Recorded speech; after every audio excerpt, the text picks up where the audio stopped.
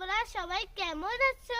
আজকে আকাশে তো কি মেঘ হয়েছে, বর্ষা হচ্ছে, তাই স্কুলে যাব না তো বাড়ি বসে কি করব, চলো তেলের পিঠে বানাই।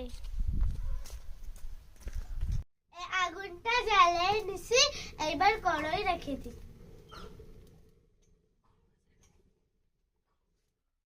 তেলের পিঠে বানানোর জন্য চালের গুঁড়োর সাথে গুড় নারকেল মিক্স করে নিয়েছি।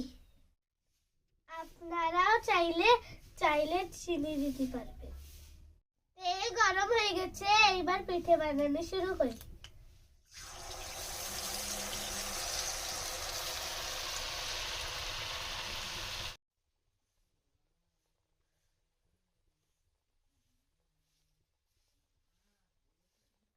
কয়টা বানিয়ে নিচ্ছি, এবার খেয়ে দেখি কিরকম হচ্ছে।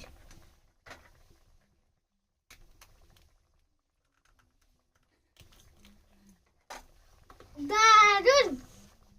এমন সুন্দর সুন্দর ভিডিও দেখার জন্য আমার চ্যানেলের লাইক, সাবস্ক্রাইব আর শেয়ার করো।